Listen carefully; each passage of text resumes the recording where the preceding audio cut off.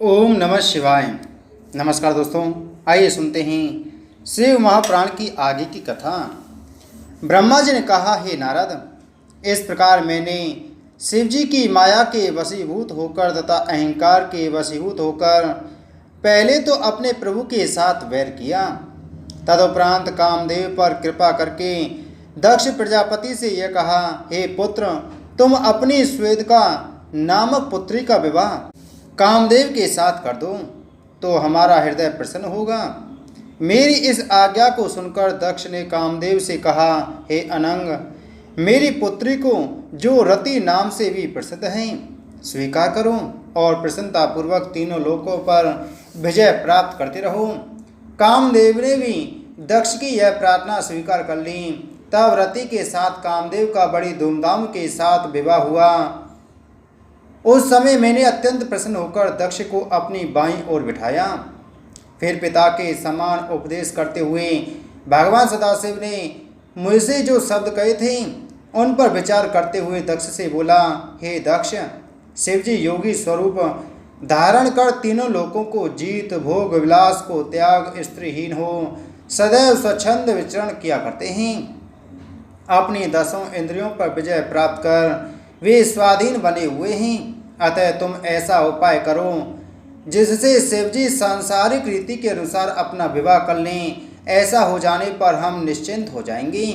शिवजी ने तुम्हें भी बहुत धिक्कार दिया है और अपने बड़प्पन के अहंकार में भरकर किसी को कुछ नहीं समझा है। यदि विष्णु ने हमसे ऐसा कहा होता तो हम कुछ भी बुरा नहीं मानते। शिवजी हमारे पुत्र होते हुए भी हमारे प्रति ऐसे कटु वचनों का प्रयोग करते हैं और तुमसे भी, जबकि तुम उनके भाई होते हो। इस प्रकार अनादर वचन कहते हैं, सो यह किसी भी हालत में उचित नहीं है। अस्तु, जब तक शिवजी किसी स्त्री से विवाह नहीं कर लेते हैं तब तक हमारा शोक दूर नहीं होगा। अब सोचने की यह बात है कि संसार में ऐसी कौन सी स्त्री है जिसके ऊपर शिवजी मोहित हो जाएं और उससे अपना विवाह कर लें तथा वह स्त्री शिवजी की सारी चतुराई को दूर कर दें। यहाँ यह बात ध्यान में रखने की है कि जब कामदेव भी शिवजी को बस में नहीं कर सका तो अन्य देवता उनके समक्ष किस प्रकार ठहर सकते हैं। फिर भी यदि कामदेव कुछ प्रयत्न करें तो शायद काम बने। हे नारद, इतना कहकर मैं हंसता हुआ कामदेव के पास जा पहुंचा। उसके सुंदर स्वरूप को देखकर मुझे यह निश्चय हो गया कि कामदेव द्वारा हमारा यह काम अवश्य सिद्ध हो जाएगा। कामदेव ने मुझे अत्यंत आदरपूर्वक अपने पास बिठाया। उसी समय मेरे श्वास से एक अत्यंत सुंदर पुरुष उत्पन्न हुआ। उसका नाम मैंने बसंत रखा। बसंत के जन्म से कामदेव की शक्ति में वृद्धि हुई। उस समय तीनों प्रकार की वायु चलने लगी तथा पक्षीगण मधुर स्वरों में चहचहाने लगे। कोकिला भी मीठे स्वरों में कूक उठी। कामदेव की उस शक्तिशालिनी सेना को देखकर मैंने कहा, हे मनमत, यदि तुम अपने पराक्रम से शिवजी को बस में कर लो तो तीनों भवनों में तुम्हारी अत्यंत प्रसिद्धि होगी। अस्तु, तुम मेरी आज्ञा मानकर इस कार्य को शीघ्र संपन्न करो। मेरी इस आज्ञा को सुनकर कामदेव ने उसे अपने मस्तक पर धारण किया। तदुपरांत वह मुझे प्रणाम कर एवं अपनी सेना को साथ लेकर शिवजी के समीप चला गया। ब्रह्मा जी ने कहा, हे नारद, जिस समय कामदेव अपनी सेना को लेकर शिवजी के पास चला उस समय संपूर्ण संसार पर कुछ ऐसा प्रभाव पड़ा कि सृष्टि के समस्त प्राणी बुद्धिहीन हो उसके वशीभूत हो गए। शिवजी के गणों पर भी उसका प्रभाव पड़े बिना न रहा। जब शिवजी ने यह जाना कि कामदेव उन पर विजय प्राप्त करने के निमित्त अपनी सेना को साथ लिए हुए आ रहा है तो उनके ऊपर उसका कुछ भी प्रभाव न पड़ा। वे अपनी इंद्रियों को जीतकर अपने स्थान पर ध्यानमग्न बैठे रहे। उनके ऊपर कामदेव का कोई बस नहीं चला। तब कामदेव अत्यंत दुखी एवं चिंतित होकर वहाँ से लौट आया और कायरों की भांति मेरे सामने आकर पृथ्वी पर गिर पड़ा। तदुपरांत स्तुति करते हुए इस प्रकार बोला, हे पिता, मैंने अपनी सेना द्वारा संपूर्ण देवता, मुनि एवं अन्य जीवधारियों को तो बस में कर लिया, परंतु शिवजी के ऊपर मेरा कोई प्रभाव नहीं पड़ता। अब मुझे यह भय लग रहा है कि कहीं वे मेरे ऊपर क्रुद्ध न हो जाएं। प्रज्वलित अग्नि के समान उनके स्वरूप का स्मरण कर मैं मन ही मन अत्यंत भयभीत हो रहा हूँ। मुझ में इतना बल नहीं है कि मैं उन्हें परास्त कर सकूं, क्योंकि इस बात की मैंने भली भांति परीक्षा कर ली है। हे नारद, कामदेव की बात सुनकर मुझे अत्यंत चिंता हुई और मेरे मुख पर उदासी के लक्षण स्पष्ट हो गए। उस समय मैंने शोकाकुल होकर जो बहुत से श्वास छोड़े, उनसे अनेक प्रकार के गणों की उत्पत्ति हुई। वे अपने हाथों में अनेक प्रकार के शस्त्र धारण किए हुए थे। वे बड़े जोर जोर से चिल्लाते, नाचते गाते हुए मार मार के पुकार करते थे। उनका कोलाहल संपूर्ण दिशाओं में भर गया। वे अनेक प्रकार से उपद्रव करते थे, उनकी संख्या का वर्णन नहीं किया जा सकता। हे नारद, जब उन गणों को कामदेव ने देखा तो मुझसे पूछा, ही पिता, ये लोग कौन हैं और इनका नाम क्या है? मैंने उत्तर दिया, यह सब लोग मार मार का शब्द उच्चारण कर रहे हैं, अतः इनका नाम मार होगा। हे अनंग, तुम इस सेना को अपने साथ लेकर एक बार शिवजी के पास फिर जाओ और ऐसा उपाय करो जिससे शिवजी किसी स्त्री के साथ विवाह करना स्वीकार कर लें। यह सुनकर कामदेव ने उत्तर दिया, हे पिता, पहले तो मेरा कुछ बस नहीं चला और अब भी कोई आशा नहीं है। फिर भी मैंने एक बार पुनः आपकी आज्ञा से उनके पास जाता हूँ, परंतु आप यह निश्चय रखें कि यदि शिवजी का ध्यान भटक भी गया तो मैं जीवित कदापि नहीं बचूंगा। इतना कहकर कामदेव अपनी उस नई सेना को साथ लेकर वहाँ से चल दिया और उस स्थान पर जा पहुँचा जहाँ शिवजी ध्यान मग्न बैठे थे। सर्वप्रथम उसने पृथ्वी पर मस्तक रखकर शिवजी को प्रणाम किया। तदुपरांत उनकी प्रसन्नता के निमित्त अनेक प्रकार से उनकी स्तुति की। उसने प्रार्थना करते हुए कहा, हे प्रभु, मैं अपने पिता की आज्ञा अनुसार यह कार्य करने के लिए आया हूँ, अतः आप मेरे ऊपर कृपा बनाए रहें। इतना कहकर कामदेव ने अपने साथी वसंत को चारों ओर फैला दिया। उस समय संसार के किसी भी प्राणी का धैर्य स्थिर न रह सका, परंतु इतने पर भी शिवजी का ध्यान विचलित न हुआ। कामदेव का उस समय यह भी बड़ा सौभाग्य रहा कि शिवजी ने उसे निर्विमान अनुमान कर भस्म नहीं कर दिया। तत्पश्चात कामदेव लज्जित होकर पुनः मेरे पास लौट आया और बोला, हे पिता, शिवजी पर मेरा इस बार भी कोई बस नहीं चला। यदि आप चाहते हैं कि शिवजी विवाह अवश्य करें तो किसी अन्य उपाय का आश्रय लीजिए। इतना कहकर कामदेव अपने घर को चला गया। उस समय मुझे अत्यंत निराशा तथा चिंता हुई। जब कोई उपाय न सूझा तो मैंने विष्णु जी का ध्यान किया और बहुत प्रकार से उनकी स्तुति की। ब्रह्मा जी ने कहा, हे नारद, मैंने भगवान विष्णु की विनती करते हुए कहा, हे प्रभु, आप अपना सेवक जानकर मेरा दुख दूर कीजिए। हे दीनबंधु, आप अपने सेवकों के हित के लिए अवतार लेते हैं, अतः इस समय आप प्रकट हो गए। जिस समय मैंने उन्हें प्रणाम किया उस समय वे हंसकर कहने लगे, हे ब्रह्मन, आपने हमें किस लिए स्मरण किया है? आपको कौन सा कष्ट है? तब मैंने उन्हें कामदेव जी का शिवजी के पास जाने और निराश होकर लौट आने का संपूर्ण वृतांत कह सुनाया। उसे सुनकर विष्णु जी बोले, हे ब्रह्मन, आप शिवजी को पत्नी सहित क्यों देखना चाहते हैं? उन्हें अकेला क्यों नहीं रहने देते? आपकी अब मनोविलासा को जानकर ही हम कुछ उपाय बताएंगे। श्री विष्णु के मुख से यह वचन सुनकर मैंने उन्हें वह वृतांत कह सुनाया कि कैसे मैंने अपनी पुत्री संध्या के साथ मैथुन करना चाहा था और शिवजी ने प्रकट होकर मुझे धिक्कारा था। मैंने कहा कि जब तक मैं शिवजी को सपत्नीक नहीं देख लूँगा तब तक मेरे हृदय का क्षोभ नहीं जाएगा।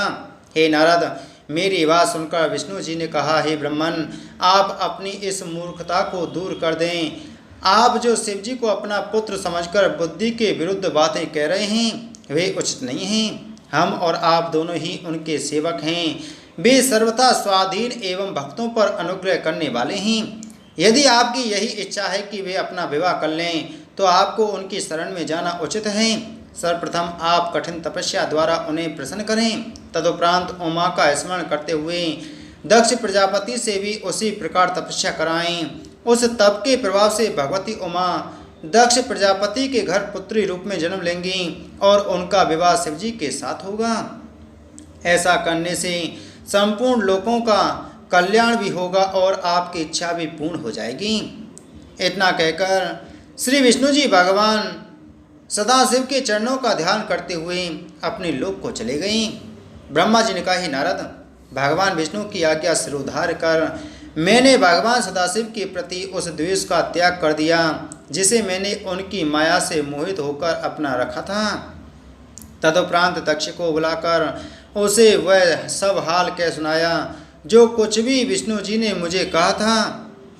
मैंने उससे कहा, हे पुत्र, अब तुम एक कन्या को जन्म दो जो भगवान सदाशिव की पत्नी हो सके।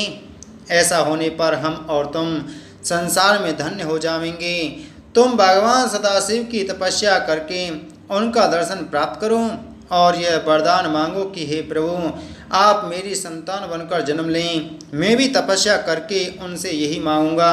वे भगवान त्रिशूल पानी आदि शक्ति संपन्न तथा निर्गुण सगुण दोनों रूप वाले हैं। उनकी महिमा का पार वेद ने भी नहीं पाया है। वे तपस्या के वशीभूत होकर निश्चय ही दर्शन देते हैं। जब उन कृपालु शिव जी ने मुझे उत्पन्न किया था उस समय मेरी तथा विष्णु जी की प्रार्थना को सुनकर हमें यह वरदान भी दिया था कि वे स्वयं भी हर नामक अवतार ग्रहण करेंगे और हमारे संपूर्ण मनोरथों को पूर्ण करेंगे। उन्होंने यह भी बताया था कि उनकी आदि शक्ति जिनके अंश से लक्ष्मी की उत्पत्ति हुई है भी एक कला से उमा के रूप में जन्म लेकर हर अवतार की पत्नी होंगी। भगवान सदाशिव ने बताया था कि हमारे स्वरूप की आदि शक्ति द्वारा ही इस संपूर्ण सृष्टि की उत्पत्ति होती है और वो आदि शक्ति समस्त संसार की माता हैं। अस्तु हे दक्ष, वे आदि शक्ति तुम्हारे घर में सती नाम से जन्म लेंगी। तुम मुझे तथा विष्णु को तो पत्नी सहित देखते हो, परंतु भगवान सदाशिव के हर अवतार ने अब तक किसी स्त्री को स्वीकार नहीं किया है और न अब तक सती का अवतार ही हुआ है। अतः तुम ऐसा उपाय करो जिससे सती का अवतार हो। इस प्रकार समझाकर मैंने दक्ष को विदा किया। तदुपरांत वह घर जाकर संपूर्ण इंद्रियों को वशीभूत कर वेद के अनुसार तपस्या करने लगा। मैंने अपने मन में श्री जगदम्बा का ध्यान कर श्वास को मस्तक पर चढ़ा लिया और मन के वेग को जीतकर उनकी स्तुति की। तब मेरी उस तपस्या से प्रसन्न होकर जगदम्बा ने मुझे सेवक जानकर दर्शन दिया। ब्रह्मा जी ने कहा, हे नारद, ऐसा कौन सा प्राणी है जो भगवती महामाया के उस अनुपम सुंदर शरीर को देखकर मोहित न हो जाए। उनके दर्शन प्राप्त कर देवता तथा ऋषि मुनि भी मोहित हो जाते हैं। वे अपने मुख्य चिन्हों से अलंकृत तथा वस्त्राभूषण को धारण किए हुए थीं। वे सिंह पर आरूढ़ थीं। उनके उस स्वरूप को देखकर मैं अपना मस्तक नीचे झुकाकर उनकी स्तुति करने लगा। उस समय भगवती भवानी ने मुझ पर दया करते हुए कहा, हे ब्रह्मन, तुम जो चाहते हो वह वर मांग लो। यह सुनकर मैंने अपनी पिछली बातों को स्मरण करते हुए कहा, हे मातेश्वरी, रुद्र नामक शिवावतार ने मुझसे बहुत ही कटु वचन कहे हैं और व्यर्थ ही धिक्कारा है। अतः आप अवतार लेकर उन्हें बस में कर लें जिससे वे भी हमारे ही समान ग्रस्त हो जाएं। कृपा कर आप यही वरदान दक्ष प्रजापति को भी दीजिए, क्योंकि इसी अभिलाषा को लिए वह भी आपकी आराधना कर रहा है। तीनों लोकों में आपके अतिरिक्त ऐसा कोई नहीं जो शिव जी को मोहित कर सके। हे नारद, मेरी बात सुनकर भगवती भवानी ने कहा, हे ब्रह्मन, तुम धोखा देकर मुझसे यह क्या मांग रहे हो? इससे तुम्हें क्या लाभ होगा? इस समय तुमने मेरे सामने यह संकट भी उपस्थित कर दिया है कि मैं तुम्हें वरदान ना दूं तो वेद का मार्ग नष्ट हो जाएगा। इतना कहकर उन भगवती ने योग धारण द्वारा उन परब्रह्म परमेश्वर का ध्यान किया जो अपने भक्तों को प्रसन्नता प्रदान करते हैं और सबके अंतःकरण का हाल जानते हैं। भगवान सदाशिव ने उन्हें ध्यानावस्था में यह आज्ञा दी कि ब्रह्मा जिस वरदान को मांगते हैं उन्हें दे दो और तुम अवतार ग्रहण करना स्वीकार करो। हम तुम्हें अत्यंत स्नेहपूर्वक अंगीकार करेंगे तथा ब्रह्मा को इस प्रकार मोहित करेंगे कि उनका संपूर्ण गर्व नष्ट हो जाएगा। पर ब्रह्म की ऐसी आज्ञा पाकर भगवती जगदम्बा ने मुझसे कहा, हे ब्रह्मन, हर रूपी भगवान सदाशिव योगी राज हैं, उन्हें मोहित नहीं किया जा सकता, परंतु तुम्हारी प्रार्थना के अनुसार युक्ति पूर्वक तुम्हारा मनोरथ सिद्ध कर दिया जाएगा। जब तक हर स्त्री को स्वीकार नहीं करेंगी, तब तक ना तो उन्हें परलोक का फल मिलेगा और न संसार में आनंद ही प्राप्त होगा। अतः मैं उनके निमित्त दक्ष प्रजापति की पुत्री के रूप में स्वयं ही अवतार ग्रहण करूंगी। उस समय शिवजी मुझ पर मोहित होकर मेरे साथ विवाह कर लेंगे। इतना कहकर भगवती महामाया अंतर्ध्यान हो गई और मुझे अत्यंत प्रसन्नता प्राप्त हुई। इतनी कथा सुनाकर सूत जी बोले, हे ऋषियों, पितामह ब्रह्मा जी द्वारा इस वृतांत को सुनकर नारद जी ने अत्यंत प्रसन्न होकर कहा, हे पिता, भगवान सदाशिव की आदि शक्ति ने जब आपको यह वरदान दे दिया, उसके उपरांत क्या घटना घटी, यह आप मुझसे बताने की कृपा करें। ब्रह्मा जी बोले, हे आत्मज, जब भगवती महामाया ने प्रकट होकर मुझे यह वरदान दिया, तब दक्ष प्रजापति ने मेरी आज्ञा अनुसार घोर तपस्या करनी आरंभ की।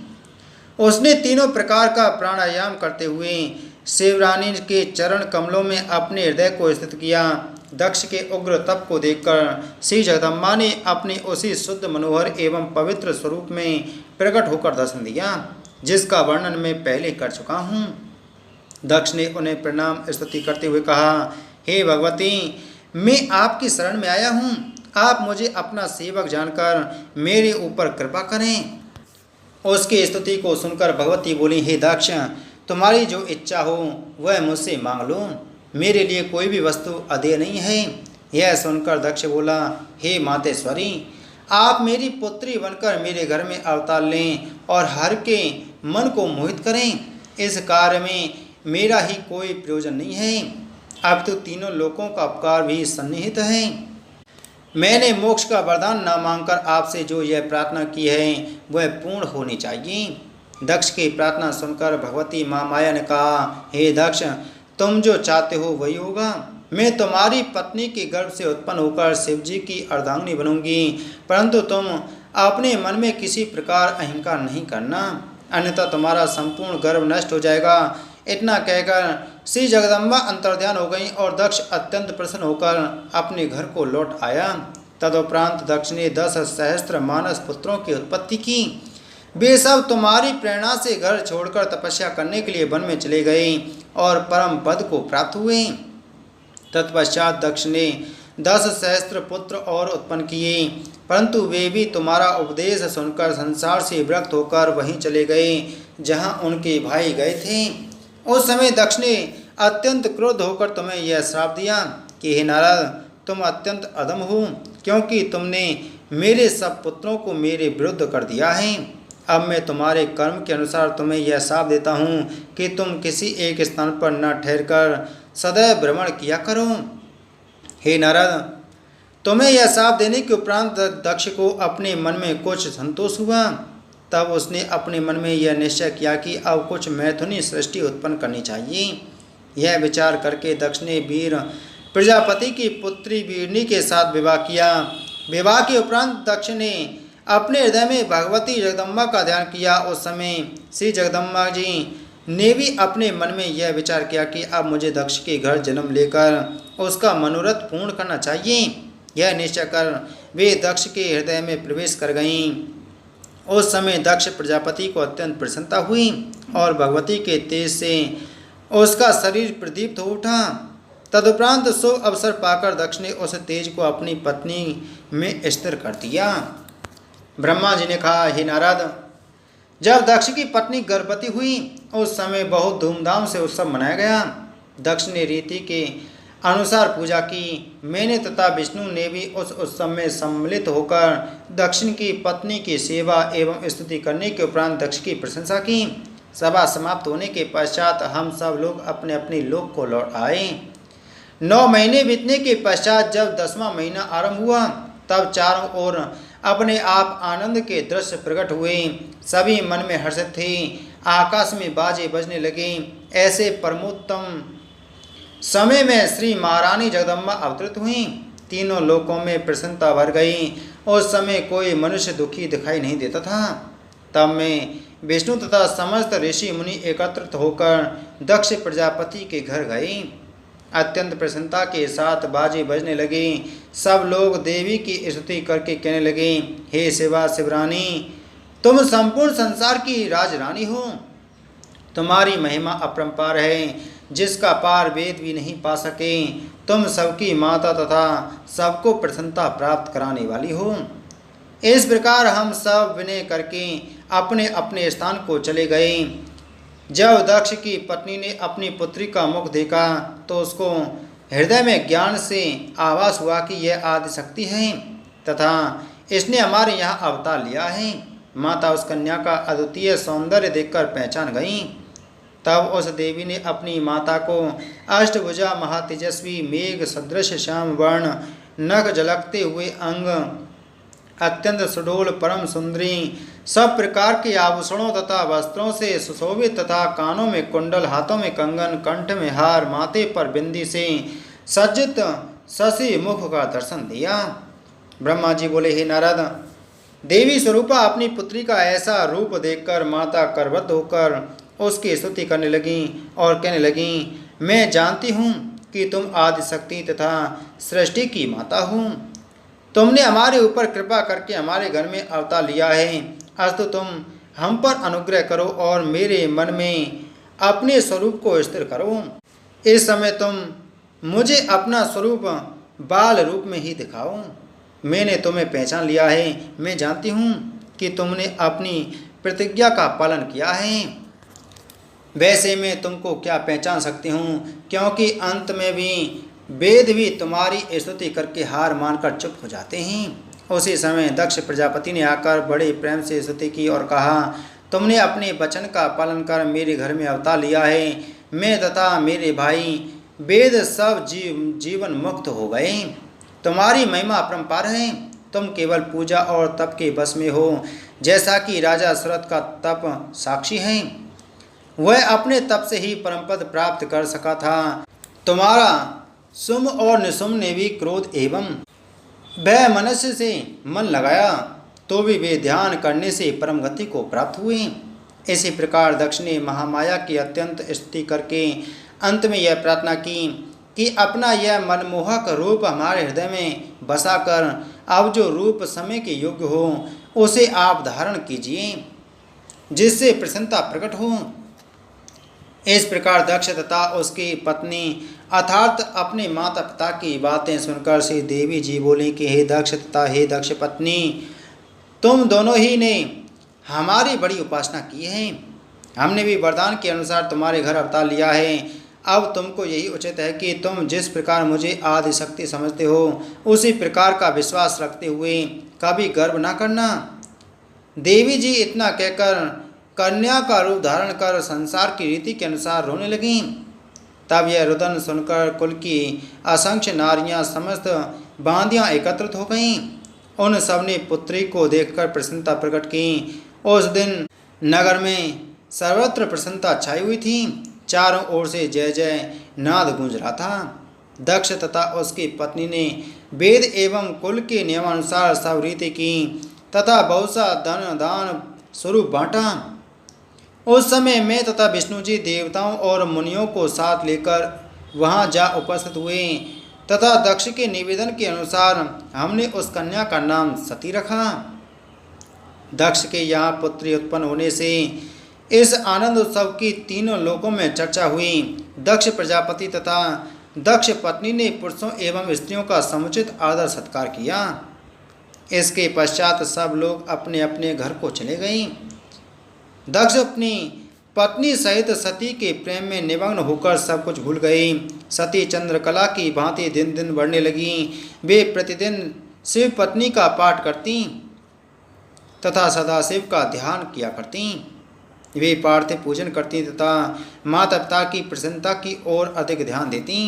यद्यपि उनका शिव में अधिक ध्यान रहता, परंतु इस बात को वे किसी पर प्रकट न होने देती। सती इसी प्रकार के विचित्र खेलों में मग्न रहती। जब कुछ बड़ी हुई तो उनके मुख की कांति दूनी हो गई। उनकी सुंदरता की समानता तीनों लोकों में कोई भी नहीं कर सकता था। लक्ष्मी मोहिनी भी उनकी सुंदरता की समानता न करके अंत में पराजय मान गईं। हे नारद, इस प्रकार मैंने दक्ष की कन्या का यह संक्षेप में वर्णन किया है। ब्रह्मा जी ने कहा, हे नारद, एक समय सती ने दक्ष के सम्मुख एक विचित्र चरित्र किया था। उस समय मैं और तुम वहां पहुँचे। सती ने हम दोनों को बैठने के लिए स्वर्ण की चौकी देकर हमारी स्तुति की।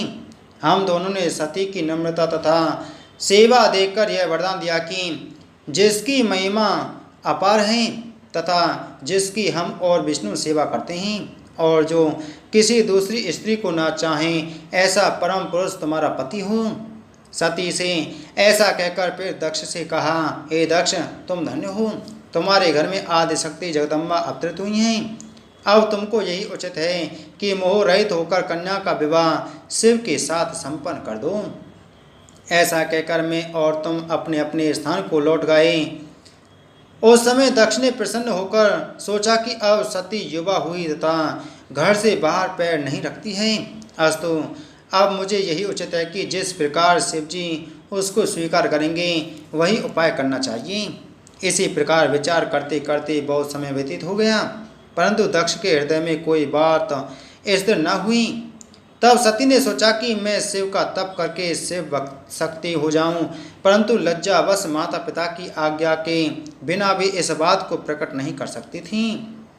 अंत में एक दिन उन्होंने अपनी माता से अपनी यह आकांक्षा प्रकट करते हुए कहा, यदि आज्ञा हो तो मैं वन में जाकर शिवजी की तपस्या करूं, क्योंकि वे बिना तपस्या किए मुझसे विवाह नहीं करेंगे और बिना विवाह के तुम्हारा मनोरथ पूर्ण न होगा।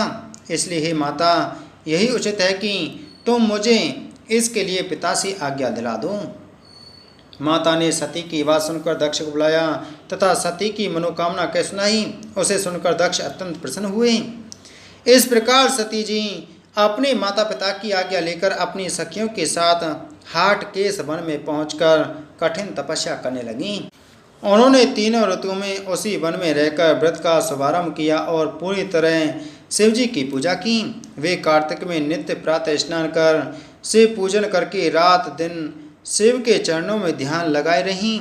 माघ में स्नान कर शिवजी की पूजा की तथा भीगे हुए वस्त्रों से नदी के तट पर तप करती रहीं और रात्रि को सखियों सहित जागरण कर अत्यंत प्रसन्न हुई।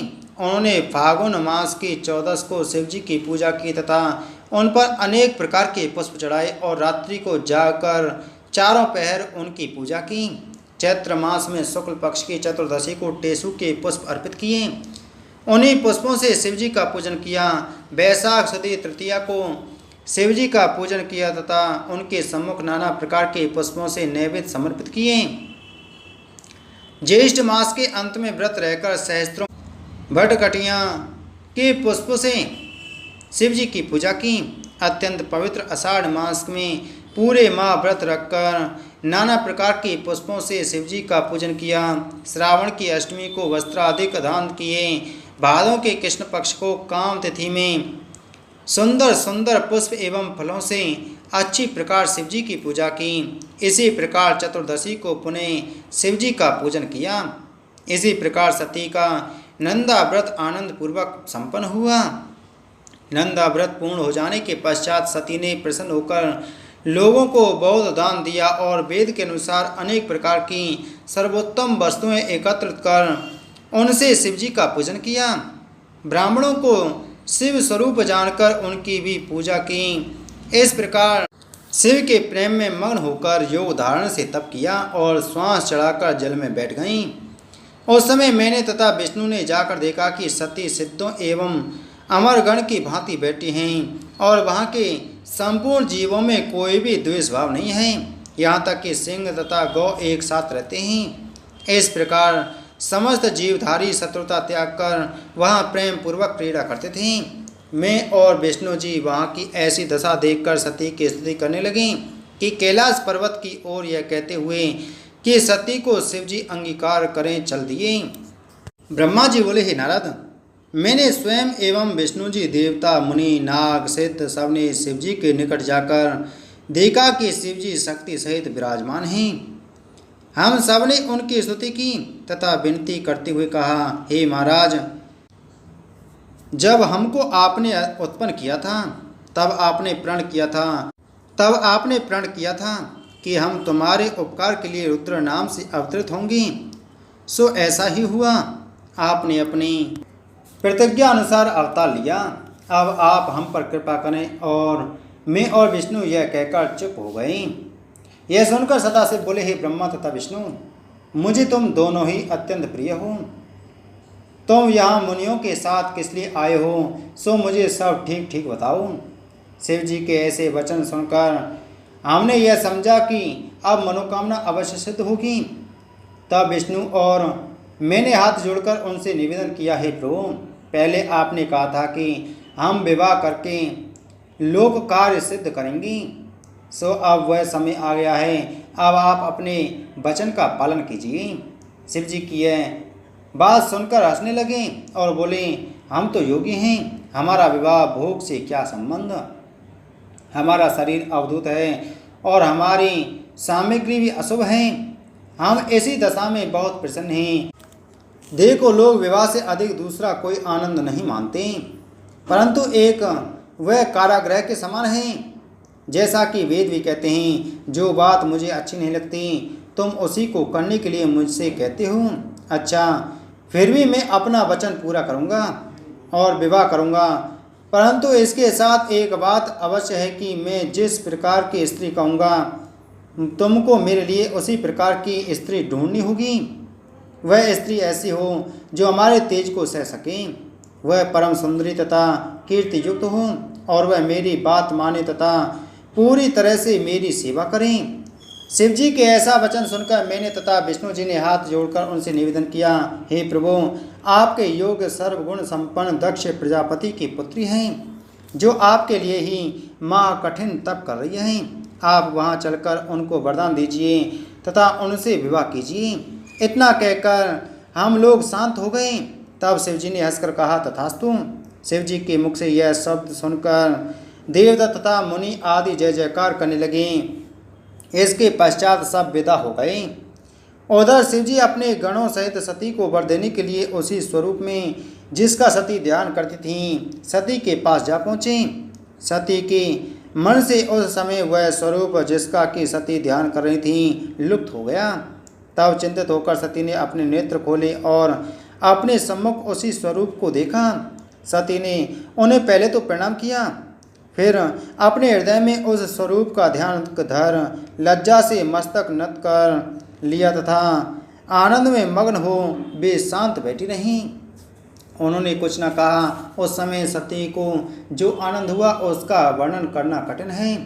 शिव जी सती को शांत देखकर बोले, हे दक्ष प्रजापति की पुत्री, हम तुम्हारे तप से बहुत प्रसन्न हुए हैं। तुम्हारी जो इच्छा हो वह मांगो। यद्यपि शिवजी सती की मनोकांक्षा जानते थे, परंतु सती का वचन सुनने को ये आज्ञा दी। फिर भी सती कुछ न कहकर शांत हो रही। सती का यह भाव शिवजी को बहुत भला लगा। वे फिर बोले, मांगो मांगो, विलम्ब न करो, तुम्हारी प्रत्येक मनोकांक्षा पूर्ण होगी। इतनी कथा कहकर ब्रह्मा जी बोले, हे नारद। इस प्रकार जब शिवजी ने बार बार कहा तब सती बोली, हे महाराज, आप अंतर्यामी हैं। आप मेरे मुख से अपनी प्रीति सुनना चाहते हैं तथा सांसारिक जीवों की भांति पूछते हैं, तो मेरा मनोरथ सुनिए। मैं चाहती हूँ कि आप मेरे पति हों और मेरे साथ विवाह करके मुझको अपने घर की दासी बनाएं। शिवजी ने सती के ऐसे वचन सुन प्रसन्न होकर तथास्तु कहा तथा वहीं अंतर्ध्यान हो गए। इसी के साथ शिव महापुराण की आज की कथा संपूर्ण हुई। बोलो भगवती महामाया पार्वती माता की जय। बोलो शिव शंकर भगवान की जय।